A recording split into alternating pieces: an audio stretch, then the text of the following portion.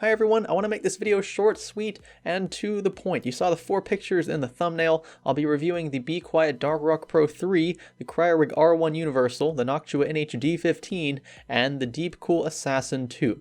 I want to say up front that all of these coolers are excellent. I don't have an issue with any of them. I do think though that each brings a certain competitive advantage to the table, and we'll discuss those in this video. To start off first though, I'm going to throw some B-roll at you, accompanied by some super tasteful music in my opinion, so you can get an idea of what each of these coolers looks like, because let's be real, looks are a big priority.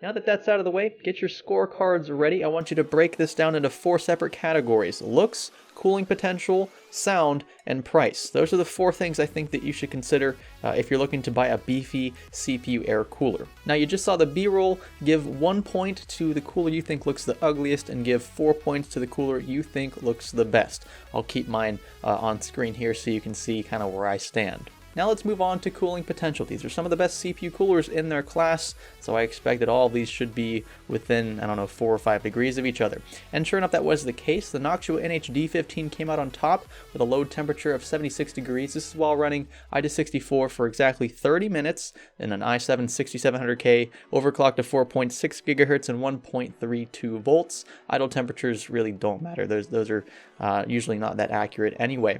And then second was the Cryorig R1. This is a brute cooler here, 78 degrees Celsius, followed by the BeQuiet Dark Rock Pro 3 at 79 and the DeepCool Assassin 2 at 80 degrees. So, these are all excellent temperatures. The Noctua was the best cooler, but really you'd be okay with any of these in an overclocked system. So this test was objective. Points should be dispersed accordingly. 4 points to Noctua, 3 points to Cryorig, 2 points to BeQuiet, and 1 point to DeepCool. Next, you're going to hear 8 sound clips divided into 2 categories. The first category is each cooler at idle. That's the lowest possible fan setting for each cooler.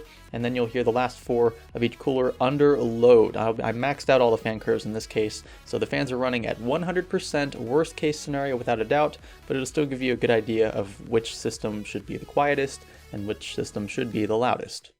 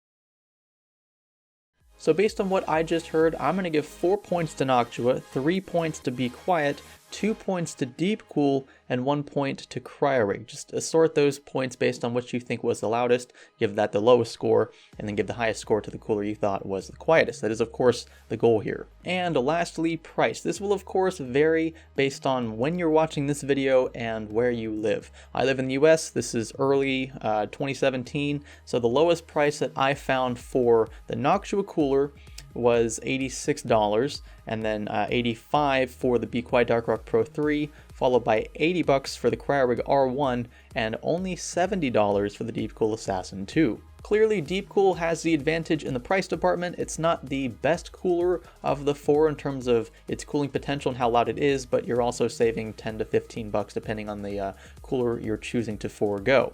Now add up all the points in each cooler category, and there you go. Should pretty much be black and white unless you have a 2 or 3-way tie, in which case I suggest just going with your gut, the one you think looks the best, I would say. That's probably the thing that'll annoy you the most. Maybe the sound, I don't know. It's up to you. Here are my personal score totals if you are interested. The Noctua did come out on top, but I will say that its fans look a bit tacky, and tan doesn't really match much of anything in any system I've ever built, so that might be a deal breaker for you. I will say though that its fans are super quiet, even quieter than the BeQuiet fans, which surprised me. But the BeQuiet cooler is a cooler that I would say has the best of everything, in the sense that it doesn't compromise too much on any quality. So it's not the quietest, it's not the best cooler, but it's very close in all the categories. I think it looks the best, and it's not too expensive either, so definitely one you should consider. The Cryorig R1's a brute cooler. It's just a beefy air cooler is what it is, and sometimes you can find it for around 60 bucks, so keep looking. If you find one for that price, it'll blow any of these out of the water in terms of a price to performance standpoint. Now the DeepCool Assassin 2 is an interesting one because while it isn't the best in any of these categories except for price, it is considerably cheaper than the others. So if price is a huge concern, without a doubt I say go for the Assassin 2. I've left the conclusion open-ended because each of these coolers does have something that it's the best at, without a doubt. You can find all 4 of them in the video's description. My affiliate links are attached to each of those, so if you buy one, it gives me a small kickback. I figured I'd say that. I don't want it to seem like I'm just slyly slipping in the Amazon affiliate codes into some of my links, even though I do that for most things because it's kind of how I make money. I don't make any secret of that. It's just what I do, and if I want to do this full time, I'll definitely have to continue that because Amazon revenue is actually a big part of my income every month.